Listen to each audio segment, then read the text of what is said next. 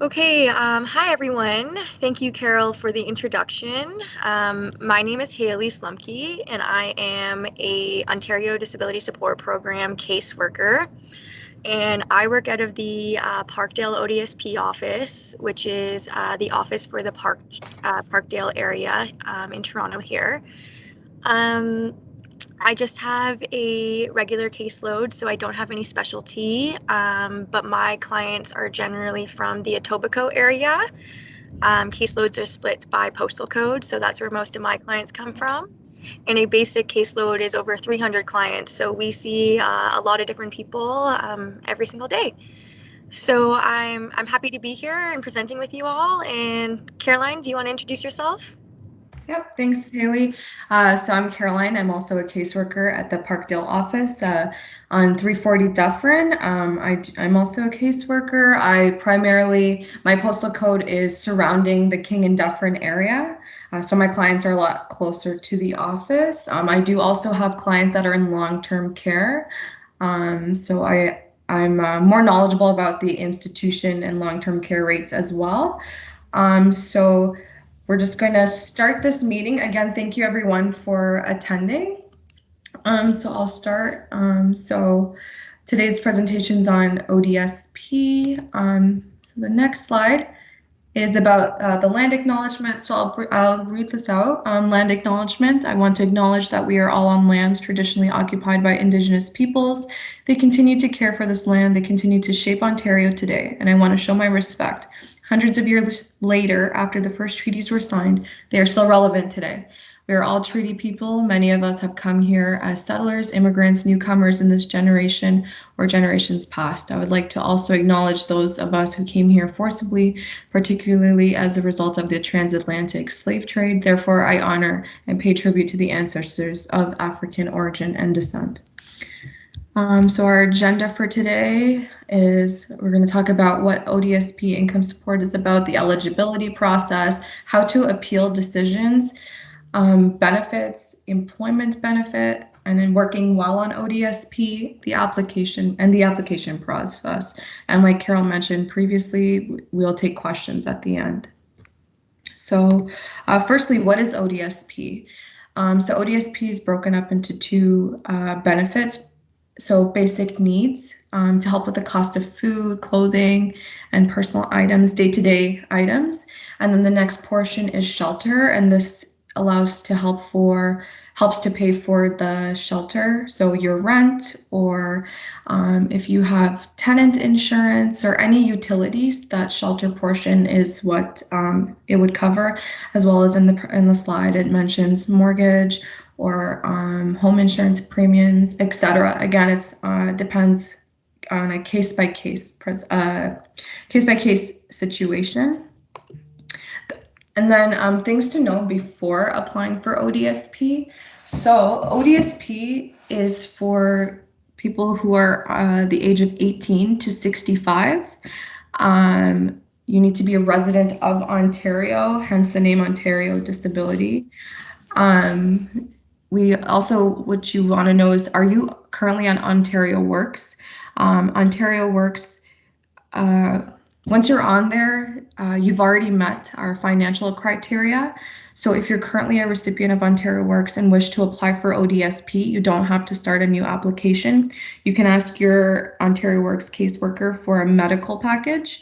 And then once it's deemed disabled by our adjudication unit, you'd be transferred to your local ODSP office. Are you receiving Cppd? So this is the Canada Pension Plan Disability. So this benefit is available for those that have contributed to CPP, sorry. So if you've been working in Canada for about like 10 years, even if you've worked less than that, we encourage our clients to apply for that benefit first. We like to think of ODSP as a last resort. So once you've attempted to access funds from other benefits that you're eligible for, and if you don't, or you don't meet the criteria of the other benefits, then ODSP is a good option. Another thing to consider is, are you receiving EI or any sort of income? So that comes into play with how much income support you would receive if you're granted onto ODSP. We also need to find you financially eligible and medically eligible. So for ODSP, there's two parts. ODSP, it is social assistance, so you do need to meet the financial criteria. So we need to assess your finances first, and then once you pass the finances or meet that criteria, we would then start the medical process. And we'll go into more detail about that later on. So again, ODSP is only while you're living in Ontario. Each province has their own social assistance benefit. So if you do happen to move to a different province, ODSP does end at that point, and then you're free to apply in that province that you're residing at. And if you come back to Ontario, then we can look at ODSP again.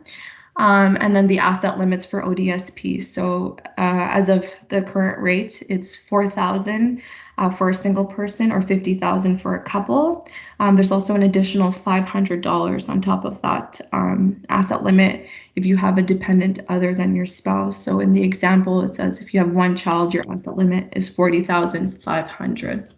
I'll go into more detail about how that's also looked at and assessed. The next slide is the application process and the eligibility. So as I mentioned previously, to be eligible for ODSP, you need to be a resident of Ontario. You need to be 18 years of age or older, in financial need, and have assets no greater than the limit set, so that $40,000 or $50,000. So that's the first criteria. And then the second, you need to be deemed a person with a disability under our ODSP Act.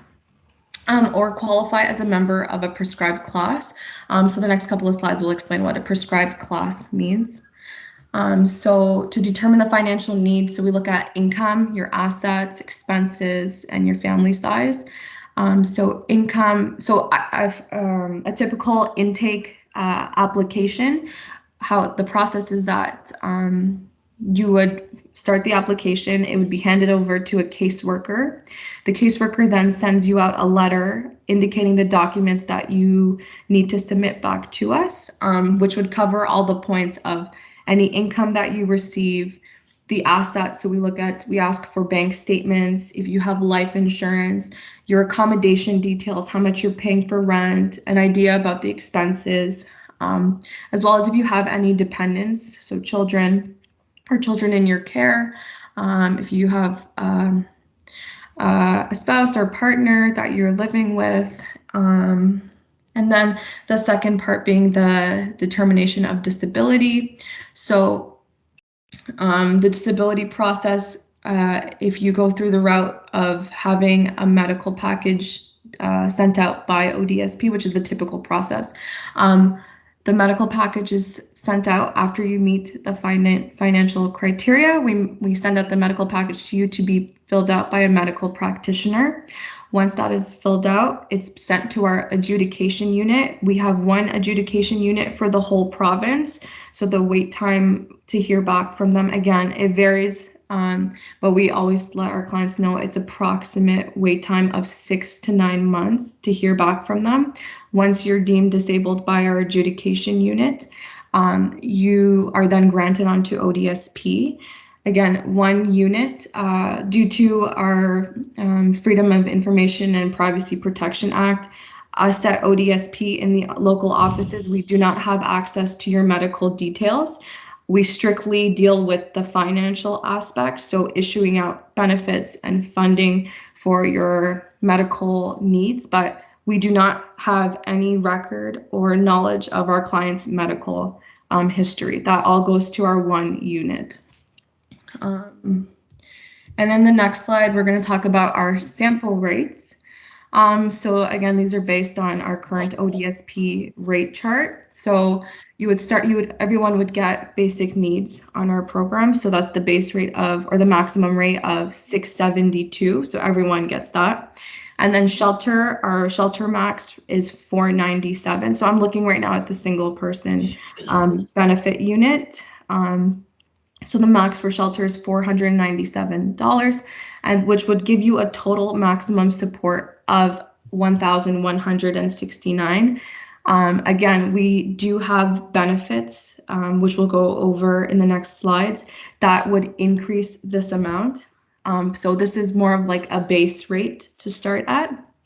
And then if you're a couple with one child, the rates are there as well. They're a little bit higher, but then again, that benefit unit is 3 people. So the couple is, the 2 parents and the 1 child. So that's just the price differential there. And then board and lodge is another accommodation that we provide funding for. So if you're living in an accommodation that provides you meals, your rate, so it would be, they provide you a room and they provide all the food for you. That is a board and lodge rate. So that our rate is set at $896. We primarily see this amongst our clients who live with their parents, and their parents are providing them a room and food. Those are the types of clients we primarily see receiving the board and lodge rate. However, oh, I'm sorry, I just saw a question pop up. Maggie, I'll address that. But I think we'll address the questions at the end, just to make certain we go smoothly. We'll address the questions at the end. No problem. Okay, I'll get back to you, Maggie. But we'll save your question for later. So the next slide that we have are our sample rates for long-term care homes, and the personal needs allowance is for all of them, even the intensive support residents or the hospital. Our clients receive $149. And then there's the institutional rate that we would pay to the institution that is that they are living at. And those are the 2 rates, $1,017, and then $1,021, depending on the type of long-term care home that they're at or residence. And on to the next slide where we talk about financial eligibility. So our ODSP asset limits, as I mentioned before, the $40,000 for the single person or $50,000 for the couple. Exempt assets. So a principal residence is exempt from your income or asset limit. Each person that applies, 1 motor vehicle is exempt. And then any funds that you hold in an RDSP or registered disability savings plan, those funds are exempt. So if you were a single person applying and you had $50,000 in the RDSP, that money we don't consider as part of our calculations for the asset limit. Earned income. So how we classify our earned income. So the first 200 earned each month is exempt, and then each $1 of earning reduces monthly income support by 50 cents. I have the next slide will go into more detail about how we do our calculations for earned income. And then benefit income. So that is EI, CRB, CPPD, CPPR, so Canada Pension Plan Retirement or Old Age Security GIS, Guaranteed Income Supplement. Again, this is based on a case-by-case detail or situation, sorry. So if our clients, that's why when I mentioned earlier, ODSP runs from 18 to 65, because at the age of 65 is when typically you would receive funding from the federal government. And that's where the dollar for dollar income comes into play. So once our clients start receiving old age security, guaranteed income supplement, and Canada Pension Plan Retirement, whatever the income from there, we deduct dollar for dollar against their ODSP income, which usually makes them ineligible. And then they would be off ODSP and get onto the federal benefit. And then if you are receiving EI, we would deduct the money that you're getting from EI dollar for dollar for the month that you receive it. And then our next slide for our income deduction.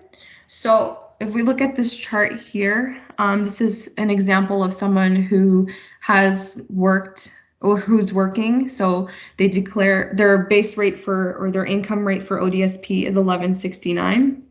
But for this month, they reported that they earned $500 this month through work.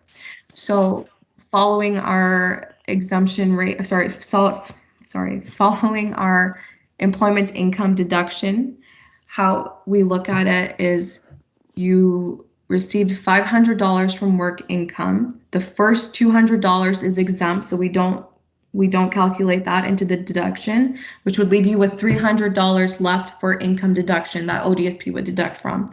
And then we have that 50% deduction.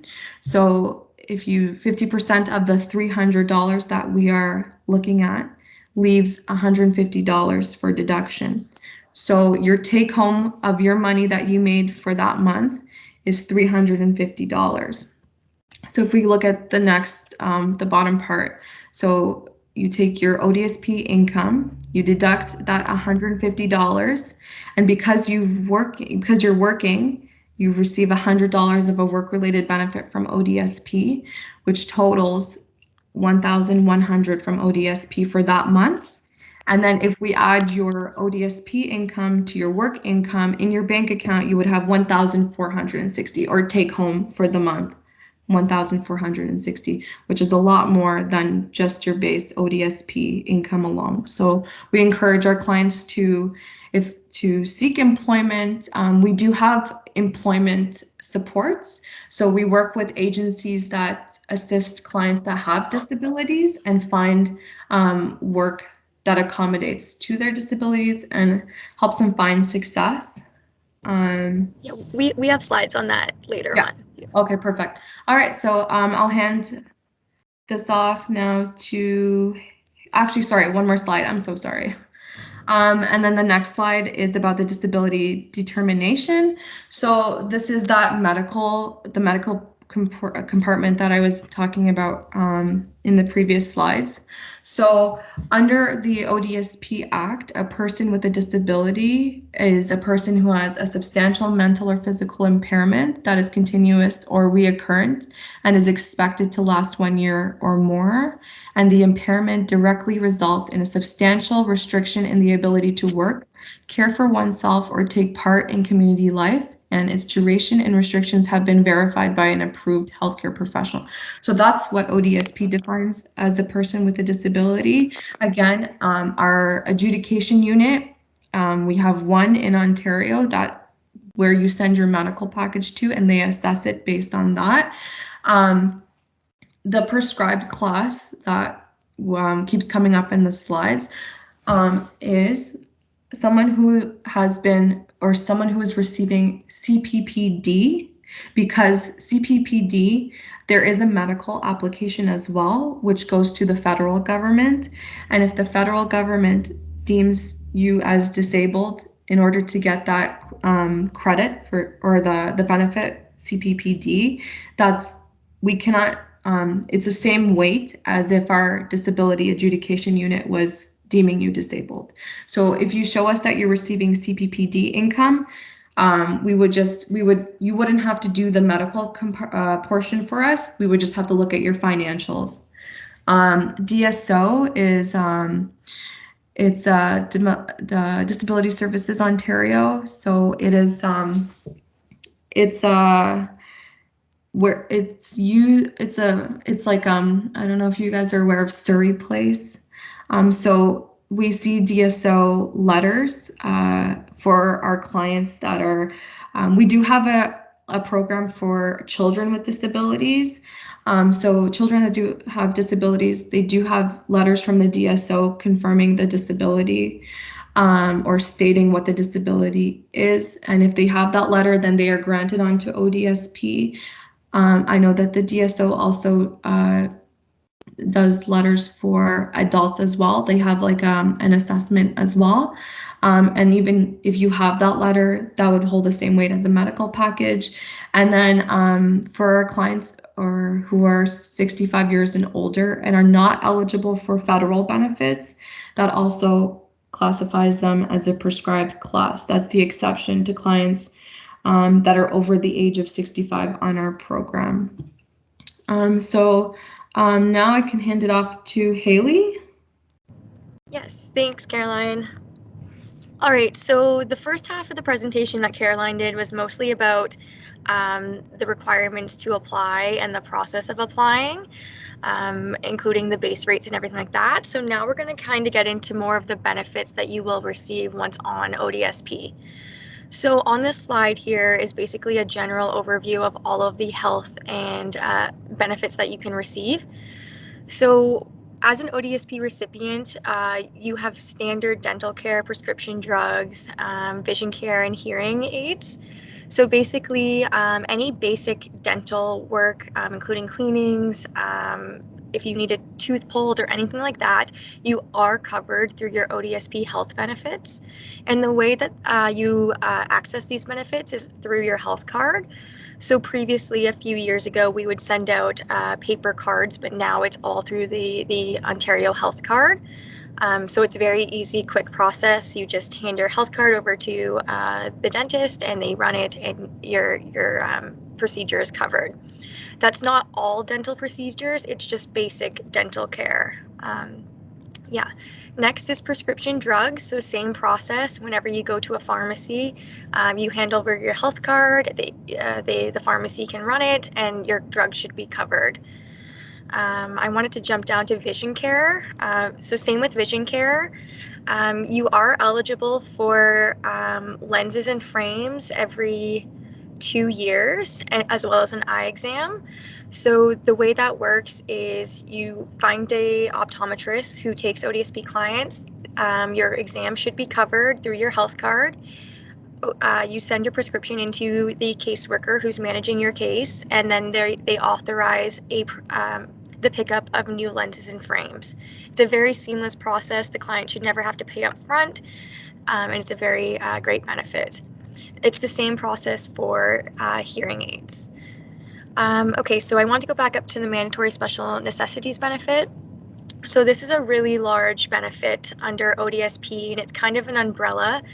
So it covers medical transportation, it covers surgical supplies, basically anything that is medically necessary for the client's condition kind of falls into this category. The most commonly used benefit under the mandatory special necessities, which we referred to as the MSN, is probably the medical transportation. So a client can get their transportation covered to all of their medical appointments each month. The way that works is that the MSN form is issued by the caseworker to the client. The client takes the MSN form to their doctor, who fills out a list of the appointments that the client will be seeing on a regular basis, and then the doctor will indicate the method of transportation. So that could be taxi, that could be public transportation, that could be driving yourself. So once the caseworker receives the document back, that can be updated to your file. Like Caroline was mentioned earlier, the standard rate of ODSP, this MSN benefit can be applied on top of the rate. So for example, if you qualify for $150 extra for medical travel per month, that would be added to the basic ODSP rate that just covers the basic needs and shelter. So like I said, it covers surgical supplies, diabetic supplies, incontinence supplies, basically everything, like I said, that is medically necessary. There's also an other category on the form, so your doctor can fill out some sort of device that is not captured on the form, or some sort of item that a client may need, and a caseworker can look at that in more specific detail and have that item covered. Most often, the way we pay MSN benefits is to the vendor directly. So a client can go pick up their supplies, and the vendor will invoice ODSP directly, and the client doesn't have to worry about that. But there are the occasion that we pay the client directly. Next is the special diet allowance. So it's similar to the MSN form. So this form is issued by the caseworker to the client, who brings it to the doctor, who then indicates any special diet that the client may be facing. So there's a long list of different diets on the form. The doctor checks off one or more, and the client returns the form to their caseworker, who then does the calculation of how much the client should be receiving based on how many diets the doctor has indicated. So this is similar to the MSN form as well, because it can be added to the basic ODSP amount. So if you're just receiving basic needs and shelter, if you're supposed to be receiving $80 more for special diet, it will be added on top of the basic calculation. Assisted devices are wheelchairs, and including repairs and batteries. So ODSP works really closely with the Assisted Devices Program, which covers a wide range of assistive devices, and we work together where the ADP program covers a portion and ODSP will cover the remaining portion of that. Most often it does require an occupational therapist's evaluation to submit that application. Lastly, there is a guide dog benefit, which basically is signed off by a doctor, and you can receive funding for dog food. Okay, next slide, Carolyn. Okay, so like we said before, it's often misunderstood, but we encourage all clients to be employed if they choose to be. It actually works out better financially, like Caroline explained in that calculation in the previous slides. So yeah, on this slide it says individuals can still work and receive ODSP. It's encouraged, and so like we discussed earlier, the first $200 of the earned income is exempt, and then only 50% of the earned income is exempt after that. A fun fact is if you have full-time student status, all of your earnings for that month or the time that you are enrolled in school are not deducted. So there are instances where we have clients who are working full-time but also in school full-time, and none of their earnings will be exempt from their ODSP during that time. Okay, next. Okay, so there are a few employment-related benefits. So if you don't have to, so the first one is employment and training startup benefit. You don't have to be employed to receive this benefit. It's to help find employment or maintain employment. So basically, it's called ESUB, and ODSP recipients are eligible for up to $500 every 12 months. And this is to assist with the costs of, well, it's to begin or change employment, assist in an employment-related activity, or an educational program. So basically, if a client needs workwear or clothing to go to work or to go to a job interview, this is what this benefit is for. It could also be for licensing fees or exams required that are going to enhance the client's employment opportunities.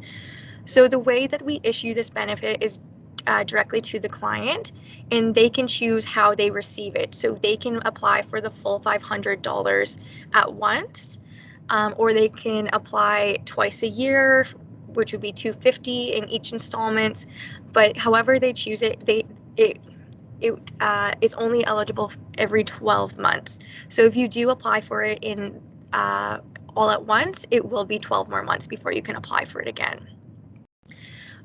We briefly touched on the work-related benefit earlier, but this is a $100 benefit for anyone who is currently working. So when you are working, you are required to report your earnings each month to your caseworker, who will then do the earned income calculation.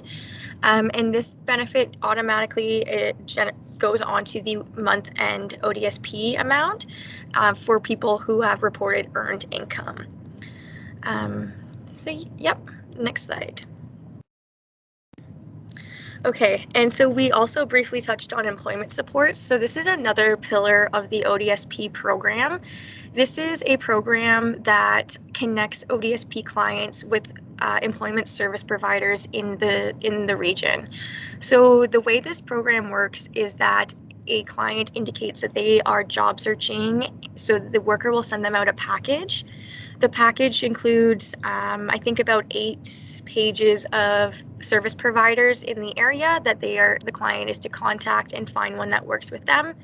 So I always recommend my clients to call around to a few of them, feel out the service provider, pick one that suits them and that they feel comfortable working with, and then we can start the application for them. So the program essentially meets the client where they're at, so it can help them become employment ready, it can help them find a job, it can advance their careers, it can start their own business. They can start as early as resume writing with the client or starting their own business. So there's a wide range of service providers. You just have to find one that matches what your goals are. And then all of the services that they provide to the client are covered through ODSP. The next bullet is you don't need to be receiving ODSP income support to qualify for employment supports. So that is often something that people don't know, but you can apply for employment supports without being on ODSP income support. Right, so recipients are encouraged to request an employment support package from their caseworker to be able to select a service provider and move forward with the program. Okay, next. Okay, so when you are exiting ODSP, there are a few benefits that you're still able to receive. So an individual may leave ODSP because they have secured full-time work and no longer qualify for income support, along with various other reasons, but that's probably the most common one. So the first benefit is extended health benefits. So this is basically an extension of all of the ODSP health benefits, including dental, vision, prescription drugs, anything like that, for up to 12 months of being ineligible for income support. So the way that we determine if a client is eligible for extended health benefits is that they submit their earned income monthly, and then they submit their medical expenses. So if the client's medical expenses are significantly higher than their earned income, they would qualify for the extended health benefits. They wouldn't receive ODSP income anymore, but they could access all of the health benefits that they previously were using their health card. Transitional health benefits is a bit different. Right. So it's if the person doesn't qualify for extended health benefits, we then jump in and cover the prescription drugs, dental and vision, until their employer, if their employer does not provide comparable benefits. So that, I believe, is also for up to 12 months. So yeah. Okay, right. And then if monthly earnings sometimes fluctuate. So one month it could be higher, the next month it could decrease. So if somebody has exited the program because they have high earnings, but their earnings for some reason decrease, they are able to come back to ODSP, and we can just reinstate their case. Okay, next. Right, so how to apply for ODSP. So there are various methods of how to apply. I think the best one is to contact your local ODSP office, and you can do it over the phone. There is a office locator website. If you just Google ODSP office locator, you can find the one closest to you. But I'm sure if you contacted any of the ODSP offices in the area, they would direct you to the right one. And then an ASC or a person on the other line will help you do the application over the phone. There also is an online version of the application, which is pretty straightforward. If you wanted to do that, it's basically whatever is most accessible to you. And there is in-person. Right now during the pandemic, there are obviously no in-person applications, so it's strictly over the phone or online. But in a normal working day, you can come into the office and apply in office. Okay, next.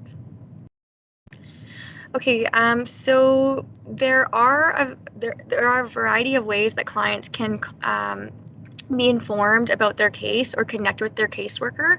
Most commonly used is phone calls or email messaging, but we have implemented a new sort of like an app kind of. It's called My Benefits. So anything that a client needs to report, they can actually do it themselves. So this is a service that the client logs into using their email address, and they can manage their own case. So this is, you can't do this if you have a trustee or anything like that, but you can report your earnings using My Benefits. You can make address changes. You can update your contact information, anything like that.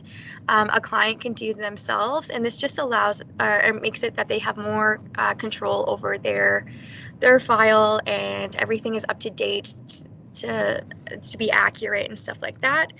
Obviously, clients can still report earnings on paper or by speaking with their caseworker, but this is just another avenue for clients to be more informed about their case. Yeah.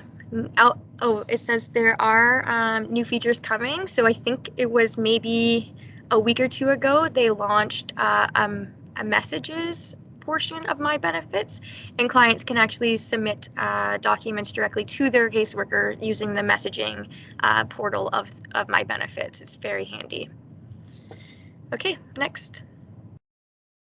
Right, so here, just at the end of the presentation here is our website. So all of the ODSP information, directives, contact information is on the website.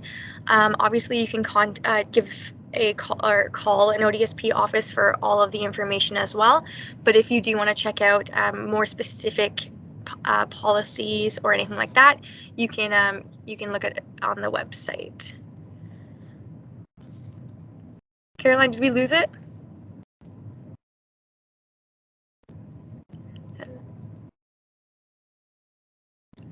Sorry, Haley. That's okay. No problem. Is it? Did it come up? Is it up right now? It's still at Visit Us Online. Oh, perfect. Yep. There we go. Questions. Oh yeah. Oh, okay. Maybe it's my screen because I can't see it anymore. But I do know. If we hop to the last slide, I just wanted to touch base on all of the resources there. Yep. I can't see it, so I'm just going off memory right now. So on this back page is all of the resources and organizations that we refer clients most to. So I believe on there is the City of Toronto, which it is basically an Ontario Works service provider, and they work closely with ODSP clients as well. So if there is an item that is not covered through ODSP, we refer it to the City of Toronto, and it may be covered there. There is an energy rebate program. There's community housing programs, resources on this page. I believe there's also CMHA and Canadian Addictions and Mental Health. So these are all the most commonly used resources outside of ODSP that Caroline and I thought that would be useful just for information to have. Thank you very much, Caroline and Haley. Yeah, no problem. Very nice presentation. I know there are a lot of questions. So what I'll do, I'll read the questions and then you'll respond to them. Okay? Sure. Okay, so let me see. Okay, I think some people are typing along, so let me go right from the top. Okay, so the first question that I see, by couple, do you mean both the partners qualify for ODSP? Both are ill? Do you want to answer that, Haley? Yep, you got that one. Okay, so couple there, it could be that both are disabled. We do have double disabled rates, so the rates would change, but we do also have couples where one of them are disabled, so that would be the primary client, and then the spouse would just be a member. And they would still be able to receive ODSP benefits, but the income support would differ from someone who both partners were disabled. Does that answer that? I think I got it. I think that answered it. There's another question here. Yes, person said yes. Yeah. So there's another question here. Retirement incomes do not have the health benefits that come with ODSP. Example, transportation for medical. Oh, sorry. I think That's it. Do you want me to read the question? I have it right no. up. Oh, okay. Okay, yeah. Yeah. So the question was, retirement incomes do not have the health benefits that come with ODSP. For example, transportation for medical appointments, repairs for scooters, etc. What are the options for those 65 plus with lots of costs for health? Is ODSP support? So I could answer that, Haley. Yeah, sure. So we touched on the extended health benefit. So what we do is for our clients that are going to be receiving federal assistance, and that have high health costs, we look at the extended health benefit. So before our clients submit or before the clients turn 65, what we do is we ask for information on the health costs. So how much they're paying for medical items or prescriptions, anything out of what we don't know, because again, we cover those items, so we do know the costs. But if there's anything over and above, we do ask our clients for that. And then if there's a calculation that's done, and for clients that do have high medical costs, they don't receive income support from us, but we put them on the extended health benefit for 12 months, and every 12 months they're asked to renew it. And that would cover the cost of the transportation to the medical appointments, repairs, etc. That's what it would cover. I just have a quick question. I'm Yeah. here, Caroline. Um, I'm a little confused. What's the difference between the extended health benefit and the transitional health benefit?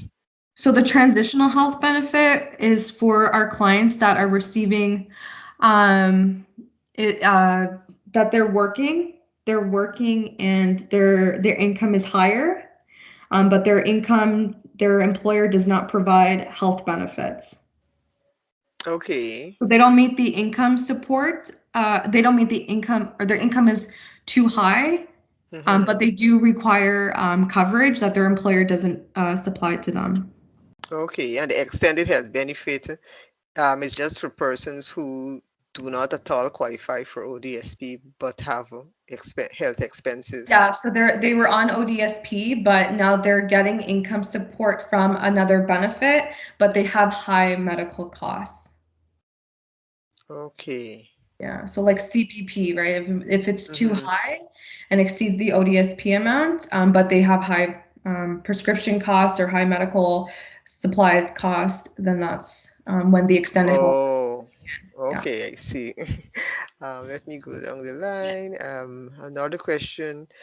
Could a substitute decision maker or case manager make changes through My Benefits app? I can answer this one, Caroline. So yeah, so my benefits is just for the client side. On the case manager side, we have access to making amendments in the entire case. So let's say if a client submitted an address and it was incorrect, they could just call their caseworker who would make the change for them. So my benefits is a really relatively new thing for clients to take an active role in their case management. Back before there was no my benefits, it was just the case manager making the changes or updating the file on behalf of the client. So there is so the case manager is the primary owner of the case, but when the case manager is away or gone for an extended period of time, there are backup case managers who would take over the file, who could also make changes. Okay. Yeah. Okay.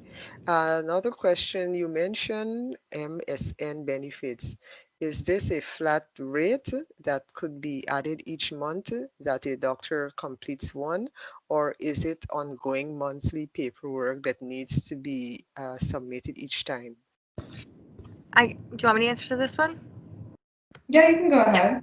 So in MSN, it can be a flat rate. So it basically all depends on what the doctor indicates on the form. So what they can do is, say 15 medical transportation trips per month ongoing. So generally we'd put that in the file for 12 months and then take a review or do a review of it a year later.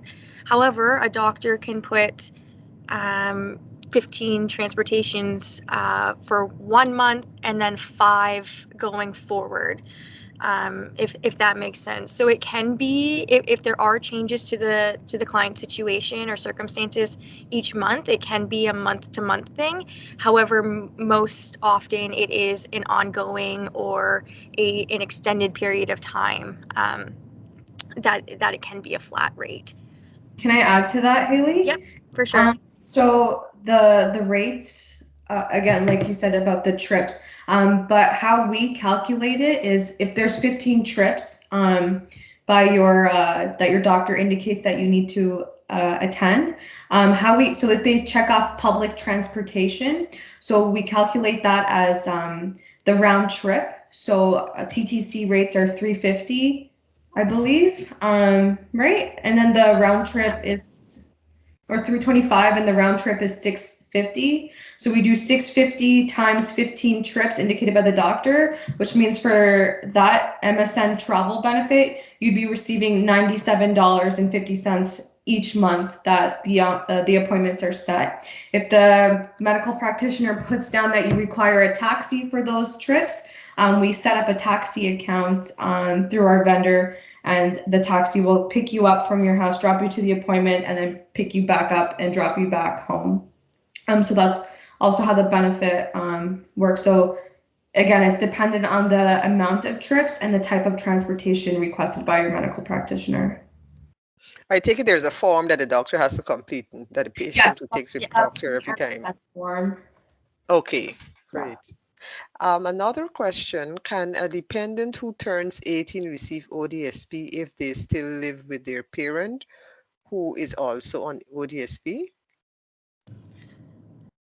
Caroline, do you want to do that one? It's more intake. Yeah. So a dependent who turns 18 receive ODSP if they still live with their parent. So yes. So how that works is we also look at our clients' dependents. So when our clients' dependents turn 18, we send out a questionnaire to determine whether or not the dependent is still in school or working. So for our clients whose dependents turn 18 and they feel that, they want to apply for ODSP themselves, they are free to do so. And if they're granted onto ODSP, it would be 2 different benefit units. The child would have their own file separate from their parents. Mm-hmm. Okay, so they don't have to have a disability? The No, they dependents do. of the They would be passing our medical adjudication process. Okay, so they have to do the entire thing. Yes. Okay. Now, if they don't want to be on their parents' file, but they do want to apply for financial assistance, we always start them off with Ontario Works, because Ontario Works only looks at the financial aspect, because there's nothing to do with medical there. However, with the dependent still residing with the parent, I believe that would not make them qualify. Or Haley, do you want to explain that, the Ontario Works portion about? Yeah, sorry, what was that? So the dependent living at their parents' house but applying for Ontario Works. Yeah, so I am not a huge expert on the Ontario Works eligibility requirements, but I do know there are some rules around a dependent living at home. I believe they have had to have lived away from home for over 1 year, whether that be attending school or just working or something like that. So there are a few rules around if let's say an 18-year-old dependent is living with their parents and applying for Ontario Works. I would have to look up some more specific information, but there are some eligibility requirements around that. But like Caroline said, they still can apply for ODSP themselves. They just have to go through the process again. Okay, and be qualified and decide if they're qualified, and they would decide if they're eligible or not. Yeah, and the reason we Right? refer them to Ontario Works is because, like we said, the ODSP wait time is quite Long, yeah. long. So if they're in immediate financial need, we would refer them to Ontario Works, which is a much quicker process for them. And they would be receiving the money in that wait time, that 6 to 9 month wait time. Yeah, Okay. from Ontario Works. Okay. Another question, may I please clarify what is meant or involved in 40,500 asset limit? Yep, so I can answer that. So we look at your bank accounts. So how much money you have in the bank accounts, all of your bank accounts.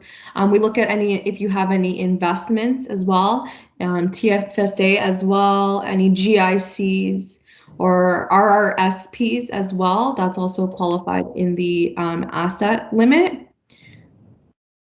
Yeah, Okay. including vehicles after the Yeah. first primary one as well. Yeah. Okay. Another question here. Are there any benefits or supports that you recommend to clients who are in the 6 to 9 months waiting period to have their disability adjudicated?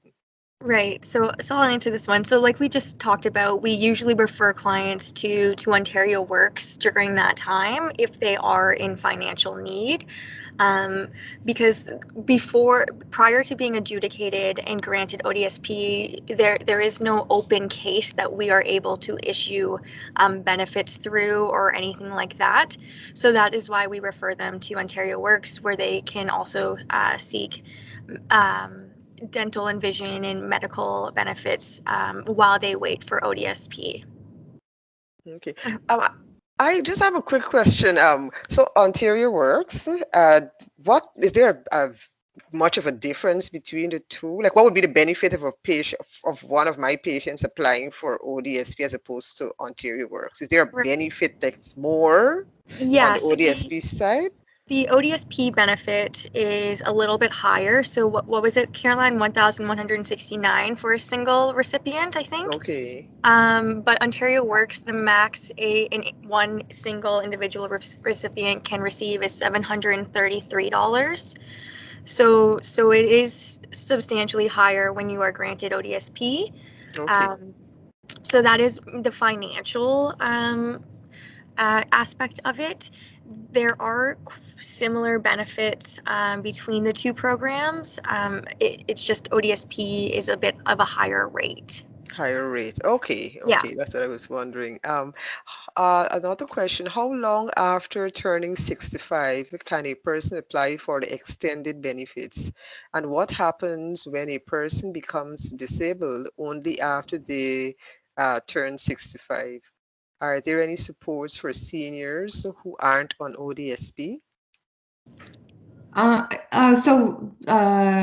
There is the Trillium Drug Program for our clients who are over the age of 65. So I'm sorry, I'm just going to read that question. What happens when a person becomes disabled only after they turn 65? So what we would first look at is, okay, so they've turned 65 and they're deemed disabled at 65. We need to look at, are they getting any benefits when they turn 65 from the federal program? If they are receiving benefits from the federal program, we would look to see how much they're receiving, and we would look into extended health benefits for them. If they're not on ODSP, we do have other programs that Ontario provides to seniors. So again, that Trillium Drug program, the senior copay program. There's also a senior dental plan that covers low-income seniors. There's also a bunch of community resources for seniors that require assistance as well. So it won't be directly from ODSP, but Ontario does, and I believe it's the Ministry of Health and Long-Term Care. They do have a lot of programs available for seniors who aren't on ODSP. Okay. Another question. I have a client receiving CRB. He started receiving it on the advice of an OW caseworker. He now realizes he needs to apply for OW or ODSP to help support his subsidized housing application. He's being told by OW that he cannot apply until the CRB is done. Now CRB is being extended for less for a less amount. Can he choose to stop receiving CRB so that he can get OW or ODSP, which is the support he really needs? Right. Okay. I can kind of answer this. Actually, prior to coming to ODSP, I was an OW caseworker, so I kind of see what's happening here. So the CRB benefit, I believe, was close to $2,000. I'm not sure if it is still that, if it's decreasing. So the Ontario Works caseworker he wouldn't have qualified for OW at the time that he was receiving CRB, because if it's $2,000, that's significantly higher than the 733 that they qualify for, which would make him ineligible. For his subsidized housing, so if he stopped collecting the CRB, he would qualify for OW the next month. So it would have to be a month that he didn't receive a payment. The issue is that on Ontario Works, like I said, you only receive the $733. So I'm not sure what the situation and how much his subsidy would be, and if that is something that is feasible. But like I would suggest that he does apply for Ontario Works or ODSP if that will assist in his application and can live within the means of at least Ontario Works until ODSP kicks in or something like that. I hope that Okay. answers that question. Okay. Another question. What is the difference between CPP disability and ODSP? Why should one apply for CPP disability first? Yeah. Do you want me to answer that, Haley? Yeah, sure. Okay. So the difference between CPP disability and ODSP is CPP disability is money that you've contributed through work, whereas ODSP is welfare in its true essence. It's welfare plus providing medical assistance with your medical needs. So that's basically the difference. One is money you've contributed and one is social assistance. Why we encourage our clients to apply for CPPD first is one, the application for CPPD, like that medical portion, is available online. So our clients, so you could print it out and apply for it. And once you are once you're receive that CPPD benefit, if you wish to apply for ODSP, it would just be a financial assessment, because that CPPD application holds the same weight as our medical package. But it being a benefit income, we would deduct whatever you receive on CPPD dollar for dollar against what you're eligible for on ODSP. So that is that. And we always encourage our clients to apply for other benefits that they're eligible for first, because ODSP is the last resort to apply for. Okay, thank you. Can you be removed for applying for too many benefits even if you qualify? I got this one, Caroline. Absolutely not. A lot of clients aren't aware of all of the benefits that they are eligible for. So it is encouraged that all clients apply for the benefits that they are eligible for. It's there for them to use to assist them in any way possible. So no, you cannot be removed for applying for too many benefits. If that's what the question is asking. Can you get passport funding and receive the rent portion of ODSP? Hmm. So passport funding is, to my knowledge, for clients that are DSO approved. I do believe that the passport funding is for items outside of rent. It's more towards items in the home, if I'm not mistaken. So what we would need to do is we might have to get back to that question because our clients, or to my knowledge, that do receive passport funding are our clients that come from the ACSD program. So I'm going to have to double check with that worker, but to my knowledge, if you're receiving passport funding, we do look at that funding, but I need to double check if that funding is exempt from ODSP or if it impacts it, but I'm not 100% sure. So we're going to have to get back. I'll get back to that question. Yeah, I wrote it down so we can send an Perfect. email. Yeah. Thank you. 60-year-old not connected to ODSP, extended health benefits. They have high health costs but cannot afford it and were not assessed when they turned 65. Would ODSP be able to assist? Are they receiving income from the federal government? So we would look at that first to see if they're receiving federal income first. We would also look at like a sorry, we'd have to look at income. We would have to look at the Ministry of Health and Long-Term Care. We need to see if they're on the Trillium Drug Program, senior copay. We'd have to look at community resources as well, senior dental care for low-income seniors. Basically, all those benefits available. That would be the next route to look at, and we would connect them with community resources that would be able to assist. Okay.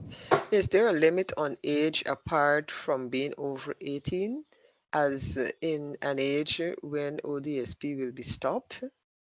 Right, so that is typically the 65 age, and this is that's a standard case. However, there are clients that don't qualify for federal funding, including the old age security.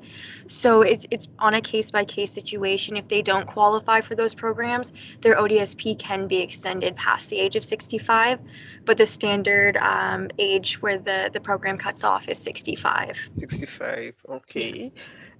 Is the eligibility rules for CCP disability the same as ODSP, medical report, financial assets? That's a CPPD, bracket. they have the medical package on their website. If you do a Google search of the CPPD, the application is right there as well as the eligibility for it. So that is something that the federal government looks at your CPP contributions, and there's a calculation towards that. Again, it's not welfare, so they don't look at how many assets that you have. We usually, during the intake process for our clients that do have income or assets that are higher than the financial threshold, we do recommend them to apply for CPPD because, again, it doesn't look into that. It's just strictly your contributions and if you meet their medical criteria.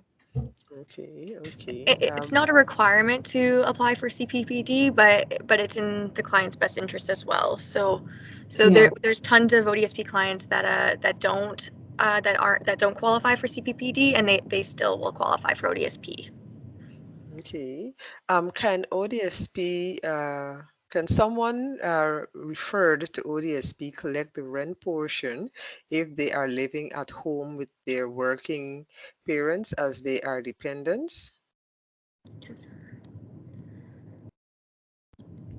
Meaning, like, can I'm assuming this would mean that can they collect the shelter portion if they're Mm-hmm. living at home? So what they would have to do is this person would have to they would have to provide us with a rent letter indicating that their parents are charging them rent.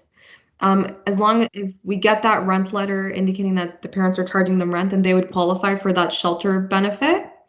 Even if they're living at home. So we'd have to also assess, is this a board and lodge accommodation or is this, or is the client, purchasing groceries and feeding themselves as well?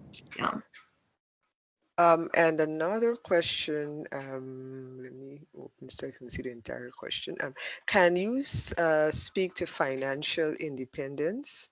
Um, would a 18 to 19-year-old with disability who live with parents be considered financially eligible? In bracket, have parents' income considered? Okay, so for this scenario, so the primary benefit member, or this is more of like a sole application. So the person who's 18 or 19 with a disability who lives with the parents, we would only be looking at them and themselves only. We do not consider their parents as part of the benefit unit. So we Okay. would just be looking at their financials. This kind Okay. of ties into the above question. This is similar that they would be financially eligible if we were just looking at them, but we would have to assess if it's a room and board or if they're paying rent to their parents or something like that. Okay. Okay. I had a question. So for people who are thinking of going to university or college, and they're receiving OSAP, that would not influence what they're receiving for ODSP. Right. So OSAP is broken into two parts, right? So there is a tuition portion, and there is a what is it called? The Like living a allowance. living allowance. So when a client is applying for OSAP, we strongly encourage them just to apply for the tuition portion because that is exempt under ODSP. However, if they receive both the tuition portion, but if they're receiving the living portion as well, we'd have to do a deduction, right, Caroline? Yes, and we also mentioned to them not to apply for that because ODSP is providing the Their living, basic needs and yeah, shelter. exactly. And ODSP money you do not pay back, whereas OSAP is a loan that you have to pay back. So that's also why we encourage them just to apply for tuition alone. Mm-hmm. Okay, no, but if they're already on ODSP. Right. So if they're already on ODSP, we encourage they only apply for the tuition amount of OSAP because Oh. ODSP is paying for their shelter and basic needs already.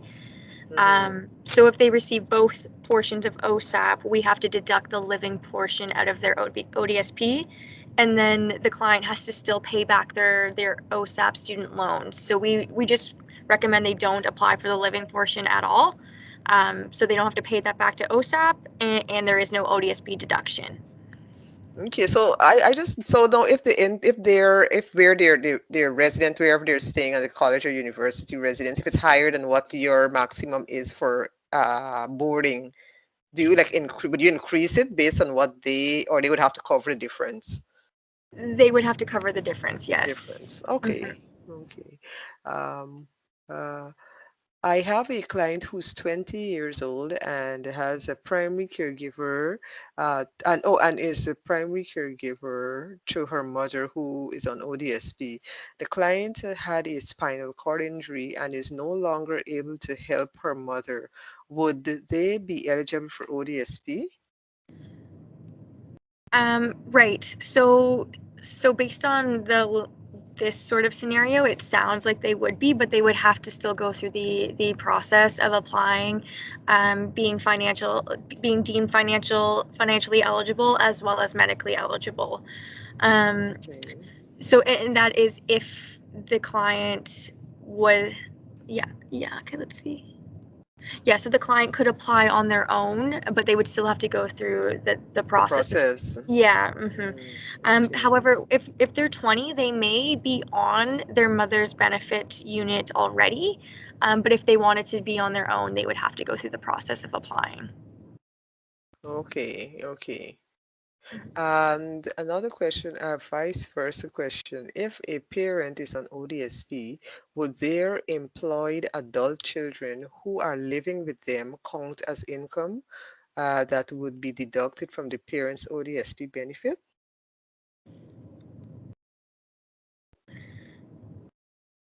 So Sorry, I believe so. I'm just clarifying that. I believe so that we do deduct the income based on the child's income because they are still on the benefit unit. Okay. So they would have to come off of that. Yeah, we always encourage them to come off if their income is higher because now they're fine. Because the only reason why a child should be on the benefit unit is if they're financially dependent. If the child becomes financially independent, they should technically be off that benefit unit. Okay, okay. Can you speak to how rooming or boarding versus renting is determined? Caroline, I think you know more about this one. Yep. So rooming and boarding is the accommodation that you're staying at, providing you a room as well as preparing and purchasing all of your meals. So that is a room and board situation. Renting is that you got a room, you're paying for rent, you purchase your groceries, you cook for yourself. So there's more of an independent situation there, whereas rooming and boarding is someone is doing all of that for you. Okay, thank you. I don't see any other questions at the moment. Anyone else have any other questions that you would like to ask? We have 6 minutes more, so if you want to use this time. Um, so-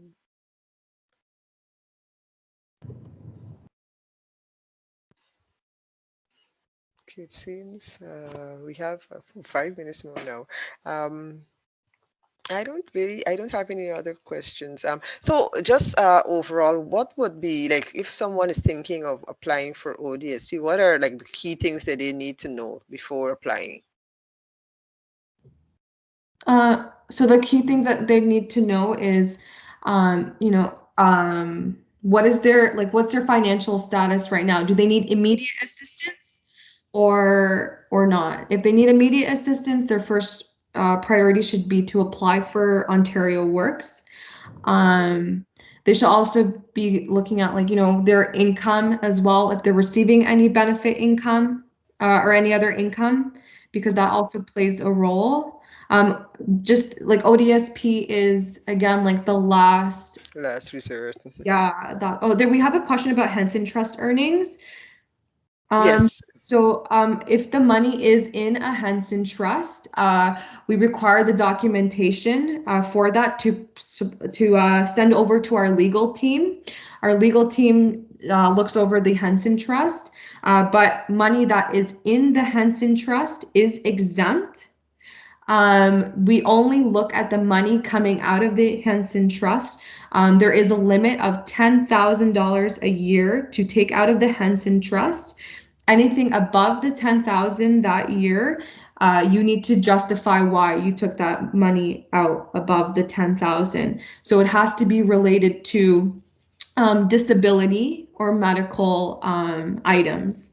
So if you require like a chairlift or something, or something to accommodate you in or whatever towards your medical or disability, anything over that $10,000, you'd have to provide justification. If there's no justification or verification confirming that the money that you took out. Oh, sorry. If you take out the 10,000 out, does that impact your monthly income? No.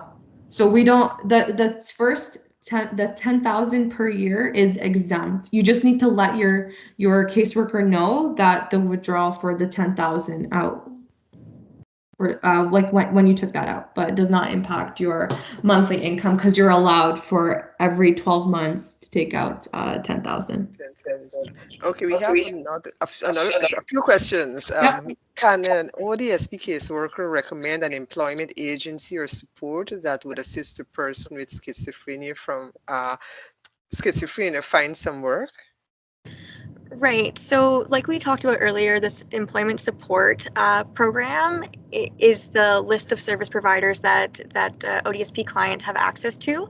So there is a very, very lengthy list of service providers in the package. So I'm sure if the client were to sit down with their caseworker, they can sort of pinpoint one that would best work with them, and that would probably be more suited to their situation. So So there are tons and tons of service providers. It would just be a matter of finding the right one for that person. For them. Can the 20-year-old have above mentioned qualify for Ontario Works while living with their parent who is on ODSP?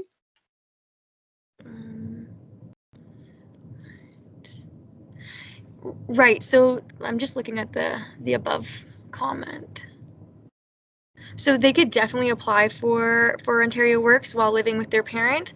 Like I said, I think we discussed a little bit earlier. There are some eligibility requirements around living with a parent as a I guess Dependent. quotations dependent, Mhm. but it would be based on their particular situation. If the child moved away for a while, if the child has education experience, stuff like that. So they definitely could apply there, but there are some regulations around if they would qualify or not.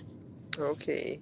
If you take the 10,000 out, does it affect your monthly income that month?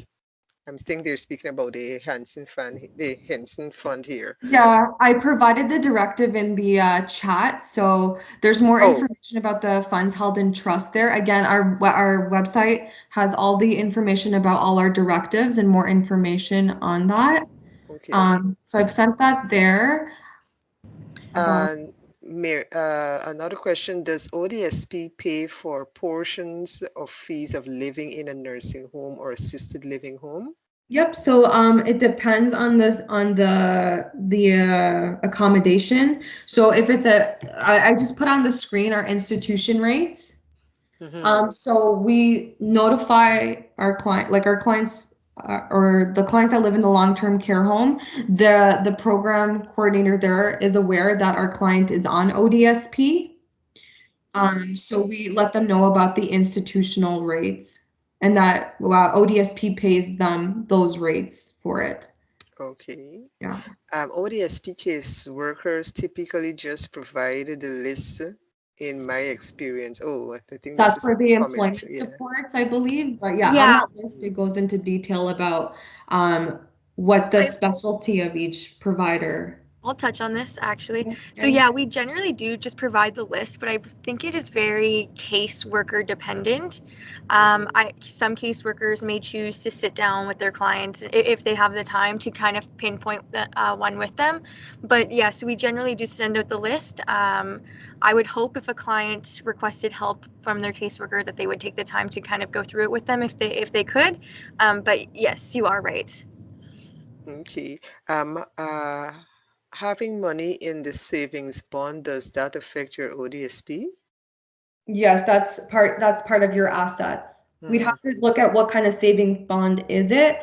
But even if it's a locked-in savings account, even if it's one that says that you are only able to touch it at 65, or you can get access to it before the age of 65, but just pay a penalty, that is still counted as an asset because of Asset. the access of the ease of access to those funds. So it'd have to be like a locked-in fund where you'd have to provide the documentation, like a pension plan, where only when you turn 65, you're eligible for those funds. Okay.